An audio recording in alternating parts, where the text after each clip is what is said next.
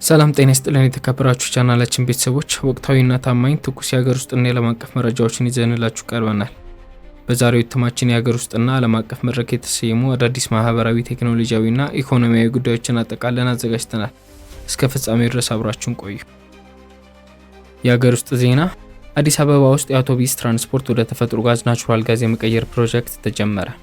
በአዲስ አበባ ከተማ እያደገ የመጣውን የነዳጅ ወጪ እና የአየር ብክለት ለመቀነስ አዲስ ቴክኖሎጂ ሽግግር መጀመሩ ተሰምቷል። በቻይና መንግስት ድጋፍ የሚከናወነው የህዝብ ማመላለሻ አውቶቡስ ከናፍጣ ነዳጅ ወደ ተፈጥሮ ጋዝ ናቹራል ጋዝ የመቀየር ብሔራዊ ፕሮጀክት የመጀመሪያውን የሙከራ ጉዞ በተሳካ ሁኔታ አጠናቋል። ይህ አዲስ አሰራር ከተማዋን ከካርቦን ልቀት በከፍተኛ ደረጃ የመቀነሱን በላይ በነዳጅ ግዢ ላይ ያለውን የሚባክኑን የውጭ ምንዛሬ በከፍተኛ ሁኔታ ያድናል ተብሏል። በቀጣይም በርካታ የከተማ አውቶቡሶች ይህንን የጋዝ ቴክኖሎጂ እንዲገጠምላቸው ይደረጋል ተብሏል።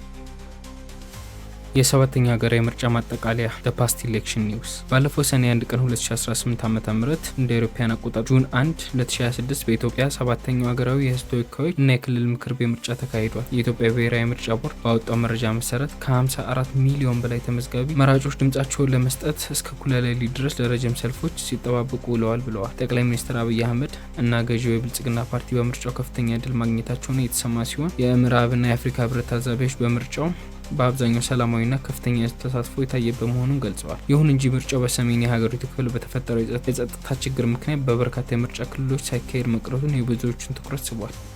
የአማራ ፋኖ ብሔራዊ ንቅናቄ መግለጫ።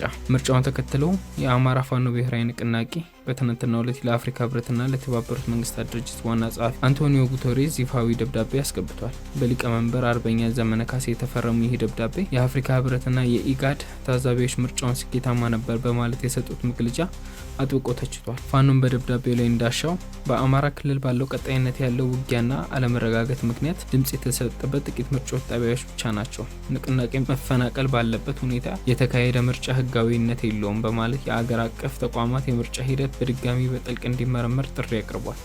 ከምርጫው በፊት ፋኖ በክልሉ የትራንስፖርት እገዳ ጥሎ ነበር። ቢሆንም በአንዳንድ አካባቢዎች ግጭት መከሰት ይታወሳል። የህዝባዊ ወያነ ሓርነት ቲፒኤልኤፍ አስቸኳይ ማስጠንቀቂያ። በሌላ በኩል ደግሞ በትግራይ ክልል በምርጫ ቦርድ ምዝገባ እገዳ ምክንያት ምርጫው ሙሉ በሙሉ ሳይካሄድ መቅረቱ ይታወቃል። ይህንም ተከትሎ ህወሓት ቲፒኤልኤፍ ለዓለም አቀፍ ማህበረሰብ ለዲፕሎማቲክ ልዑካን ባሰራጨው አስቸኳይ መግለጫ በኢትዮጵያ ዳግማዊ አስከፊ ጦርነት መቀስቀሱ አደጋው አሁን ከንድፈ ሀሳብ ባለፈ እውነታ ለመሆን ተቃርቧል ሲል ከባድ ማስጠንቀቂያ ሰጥቷል። የድርጅቱ ሊቀመንበር ዶክተር ደብረጽዮን ገብረ ሚካኤል ፌዴራል መንግስት ፕሪቶሪያውን የሰላም ስምምነት በተደራጀ መልኩ እያፈረሰ ነው ሲሉ ከሰዋል። ህወሓት በመግለጫው በምዕራብ ትግራይ ያሉ ተፈናቃዮች ወደ ቀያቸው አለመመላሳቸውና የሰላም ስምምነቱ የሚከታተሉ አካላት ስራቸውን በአግባቡ እየሰሩ አለመሆኑን ገልጿል። ይሁንና ድርጅቱ አሁን በሰላማዊ ውይይት ዝግጁ መሆኑን ገልጾ የዓለም አቀፍ ማህበረሰብ በአስቸኳይ ጣልቃ እንዲገባ ጠይቋል። በሌላ በኩል የጠቅላይ ሚኒስትር ጽሕፈት ቤት ሰኔ 1 ቀን የተካሄደው ሰባተኛ ሀገራዊ ምርጫ አስመልክቶ አንዳንድ የውጭ ሀገር ተንታኞች ጋዜጠኞች የሰጡትን ትችት በጽኑ የሚያወግዝ መግለጫ አውጥቷል። የተወሰኑ ዓለም አቀፍ የፖለቲካ ተቺዎች ይህን ምርጫ የገዢው ፓርቲ የዘውድ ጭነትና ውጤቱ አስቀድሞ የታወቀ ነበር በማለት ማጣጣላቸውን ተከትሎ ነው የጠቅላይ ሚኒስትር ጽሕፈት ቤት ይፋዊ ምላሽ የሰጠው።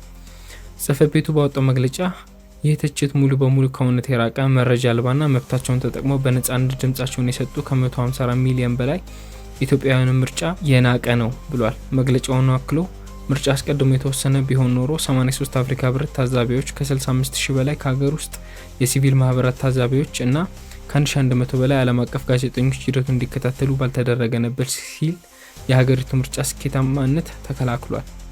ምርጫ ቦርድ በበኩሉ ከ52000 በላይ ምርጫ ጣቢያዎች እስከ እኩለ ሌሊት ድረስ ክፍት ሆነው ድምጽ ሲቀበሉ እንደነበር አስታውቋል። ወደ ሌላኛው ጉዳያችን ስናልፍ በኢትዮጵያና በኤርትራ መካከል የነበረው የሰላም ስምምነት ወደ ከፋ መበላሸት እያመራ መሆኑ የሚያሳዩ አዳዲስ የዲፕሎማሲ ውጥረቶች ተፈጥረዋል። የኢትዮጵያ የውጭ ጉዳይ ሚኒስቴር በይፋ ባወጣው መግለጫ የኤርትራ መከላከያ ሰራዊት በሰሜን ምስራቅ የሀገሪቱ ድንበር ቀጠናዎች አልፎ የኢትዮጵያን ሉዓላዊ ግዛት ይዞ እንደሚገኝ በመጥቀስ ጦሩ በአስቸኳይ እንዲወጣ በይፋ ጠይቀዋል።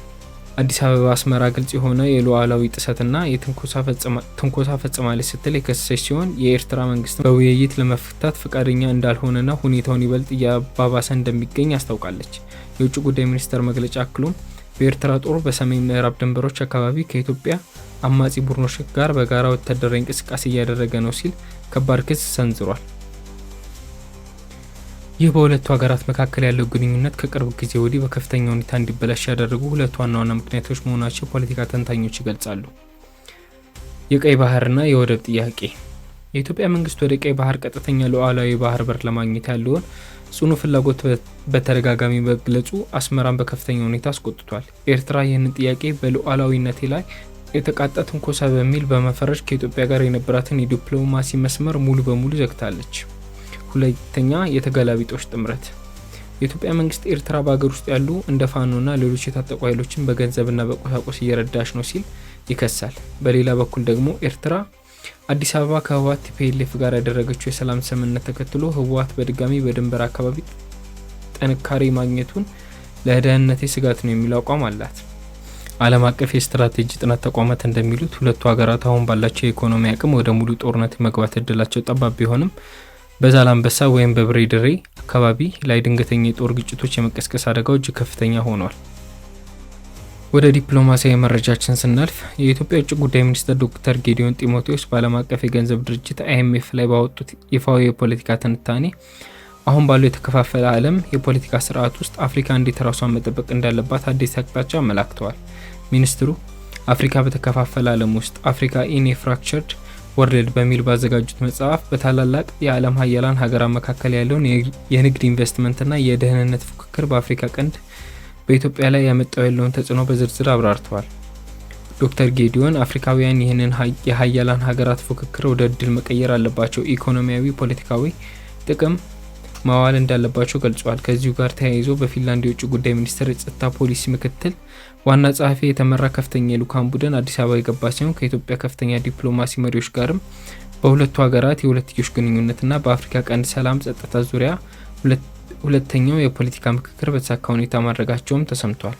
የተከበራችሁ የአዲስ መረጃ ተመልካቾች ለዛሬ ያዘጋጀነው መረጃ እነዚህን ይመስሉ ነበረ። በሀገር ውስጥና በዓለም አቀፍ ደረጃ የሚከሰቱ አዳዲስና እውነተኛ መረጃዎችን በፍጥነት ወደ እናንተ ማድረሳችንን እንቀጥላለን። እንዲሁም አዳዲስ ሰበርና ወቅታዊ መረጃዎችን በደቂቃ ውስጥ እንዲደርሳችሁ ቻናላችንን ሰብስክራይብ በማድረግ የደወል ምልክቷን ይጫኑ። በኮሜንት መስጫው ላይ የምታሰፍሩት እያንዳንዱ አስተያየት ለስራችን ጥንካሬ ትልቅ እገዛ አለው። ሰላም ቆዩ።